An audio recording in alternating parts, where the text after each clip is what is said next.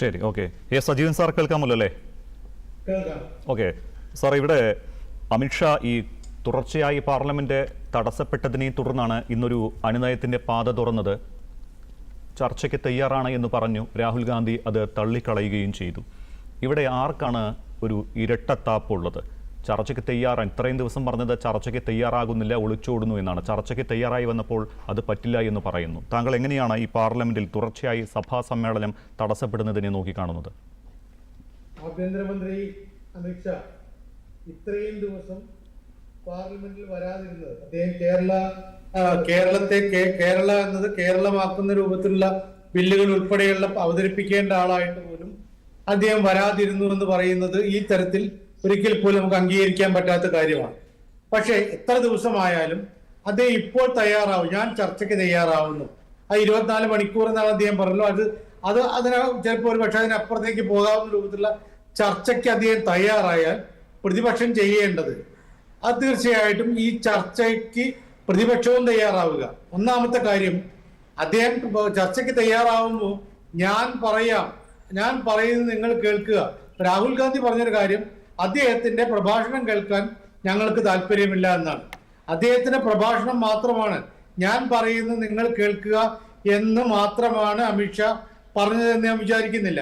അദ്ദേഹം പറഞ്ഞത് ചർച്ചയ്ക്ക് തയ്യാറാണ്, 24 മണിക്കൂറും ഇരിക്കാൻ തയ്യാറാണ് എന്ന് സ്പീക്കറോട് പറഞ്ഞിട്ടുണ്ട്.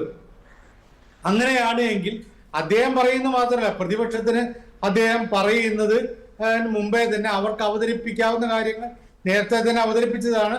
ഇപ്പോൾ ഇവിടെ പറഞ്ഞ പോലെ അമിത്ഷാ ഇന്ന കാര്യത്തിൽ വീഴ്ച വരുത്തിയെങ്കിൽ അദ്ദേഹം രാജിവെക്കരുതൊക്കെ പറഞ്ഞിട്ടുണ്ട്. അപ്പൊ ഞാൻ ചെയ്തത്, ഞാനാണോ വെടിവെക്കാൻ ഉത്തരവ് നൽകിയത്, ഞാനല്ലെങ്കിൽ മറ്റാര്, എന്തുകൊണ്ട് വെടിവെച്ചു, ഇത്തരം കുറെ കാര്യങ്ങളുണ്ട്.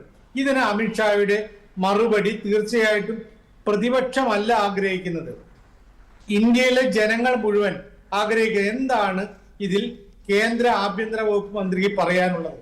അദ്ദേഹം പറയട്ടെ. അദ്ദേഹം പറയുന്നത് പ്രതിപക്ഷത്തിന് ഇഷ്ടപ്പെടുന്നോ ഇല്ലയോ എന്നുള്ളതിനേക്കാൾ കൂടുതൽ ഇന്ത്യയിലെ ജനങ്ങൾക്ക് അത് വിശ്വസനീയമാണോ അല്ലയോ എന്നുള്ളതാണ് ഏറ്റവും പ്രധാനപ്പെട്ട പ്രശ്നം.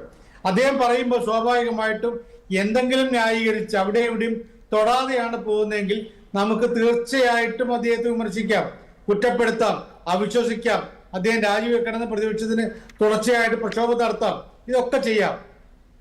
പക്ഷേ ആദ്യം വേണ്ടത് ഒരേ ദിവസം ഡിലേ, ഞാൻ തീർച്ചയായിട്ടും പറയുന്നു, ഇത്രയും ദിവസത്തെ ഡിലേ വരുത്തി എന്നുള്ളത് ആഭ്യന്തര വകുപ്പ് മന്ത്രിയുടെ അല്ലെങ്കിൽ സർക്കാരിന്റെ വീഴ്ച തന്നെയാണ്, ഒരു സംശയമില്ല. ഇപ്പോൾ അദ്ദേഹം തയ്യാറാവുന്നു, അത് ഈ സമരം, ഈ പ്രക്ഷോഭങ്ങളുടെയും ഈ പാർലമെന്റ് നിശ്ചലമാകുന്നതിന്റെ ഒക്കെ പ്രശ്നം തന്നെയാണ്. തയ്യാറായാൽ സ്വാഭാവികമായിട്ടും അദ്ദേഹം ചെയ്യേണ്ടത് എന്താണ്? അദ്ദേഹം ഈ കാര്യത്തിൽ എനിക്ക് പറയാനുള്ള ഇതൊക്കെയാണ് എന്ന് പറഞ്ഞ് അദ്ദേഹം ജനങ്ങളുടെ മുമ്പാകെ, ഞാൻ പ്രതിപക്ഷം എന്നല്ല, രാഹുൽ ഗാന്ധിക്ക് മുമ്പാകെ അല്ലെങ്കിൽ പ്രതിപക്ഷ പാർട്ടികൾക്ക് മുമ്പാകെ, പ്രതിപക്ഷ MP-മാർക്ക് മുമ്പാകെ എന്നുള്ളതല്ല പറഞ്ഞത്. അദ്ദേഹം പറയുന്നത് ഈ ഇന്ത്യയിലെ മുഴുവൻ കോടി ജനങ്ങൾ തീർച്ചയായിട്ടും കേൾക്കും. ആ ആളുകളുടെ മുമ്പാകെ അദ്ദേഹം അവതരിപ്പിക്കുമ്പോൾ അവർക്ക് മനസ്സിലാകും ഇത് ശരിയാണോ തെറ്റാണോ എന്നുള്ള കാര്യം. അതാണ് ഇപ്പൊ പ്രധാനപ്പെട്ട. ഇപ്പൊ ആദ്യത്തെ ഘട്ടത്തിൽ അദ്ദേഹത്തിന് വീഴ്ച, സർക്കാരിന്റെ വീഴ്ച ഞാൻ അംഗീകരിക്കുന്നു. പക്ഷെ അദ്ദേഹം ചർച്ചയ്ക്ക് തയ്യാറാവുന്നുവെങ്കിൽ ഞാൻ പറയുന്നത് മാത്രം കേട്ടുകൊണ്ട് ഇത് അവസാനിപ്പിക്കാം എന്നാണ് എങ്കിൽ അതൊരിക്കൽ പോലും നമ്മൾ അംഗീകരിക്കേണ്ടതില്ല. പക്ഷേ അതല്ല അദ്ദേഹം പറഞ്ഞെന്ന് ഞാൻ മനസ്സിലാക്കുന്ന കാര്യം, ചർച്ചയ്ക്ക് തയ്യാറാണ് എന്നുള്ളതാണ്. അപ്പൊ അങ്ങനെയാണെങ്കിൽ അദ്ദേഹം പ്രതിപക്ഷത്തിന് ഉന്നയിക്കാവുന്ന കാര്യങ്ങൾ ഇപ്പോൾ തന്നെ നമ്മുടെ മുമ്പാകെയുണ്ട്. അവർ ഇത്രയും ദിവസങ്ങൾക്ക് ഇടയിൽ അവതരിപ്പിച്ച കാര്യങ്ങളൊക്കെ ഉണ്ട്. അതിന് അമിത്ഷാ കൃത്യമായിട്ടുള്ള മറുപടി പറയുമോ? നമുക്ക് കൺവിൻസിംഗ് ആയിട്ടുള്ള, നമുക്കെന്ന് പറയുന്നത് ഇന്ത്യയിലെ ജനങ്ങൾക്ക് കൺവിൻസിംഗ് ആയിട്ടുള്ള മറുപടി പറയുമോ? ഇല്ലെങ്കിൽ അദ്ദേഹത്തെ വിലയിരുത്താൻ ഇന്ത്യയിലെ ജനങ്ങൾക്ക് പറ്റും. അദ്ദേഹത്തെ വിലയിരുത്താനും അദ്ദേഹത്തെ വിമർശിക്കാനും അദ്ദേഹത്തിന്റെ രാജിക്ക് വേണ്ടി പ്രക്ഷോഭം നടത്താനും പ്രതിപക്ഷത്തിന് പറ്റും. അതിനുള്ള അവസരം സത്യത്തിൽ ഞങ്ങൾ നിങ്ങളുടെ പ്രഭാഷണം കേൾക്കാനല്ല ആഗ്രഹിക്കുന്നത് എന്ന് പറഞ്ഞ് ഒഴിവാവരുത് എന്നാണ് എനിക്ക് രാഹുൽ ഗാന്ധി ഉൾപ്പെടെയുള്ള പ്രതിപക്ഷ നേതാക്കന്മാരോട് പറയാനുള്ളത്.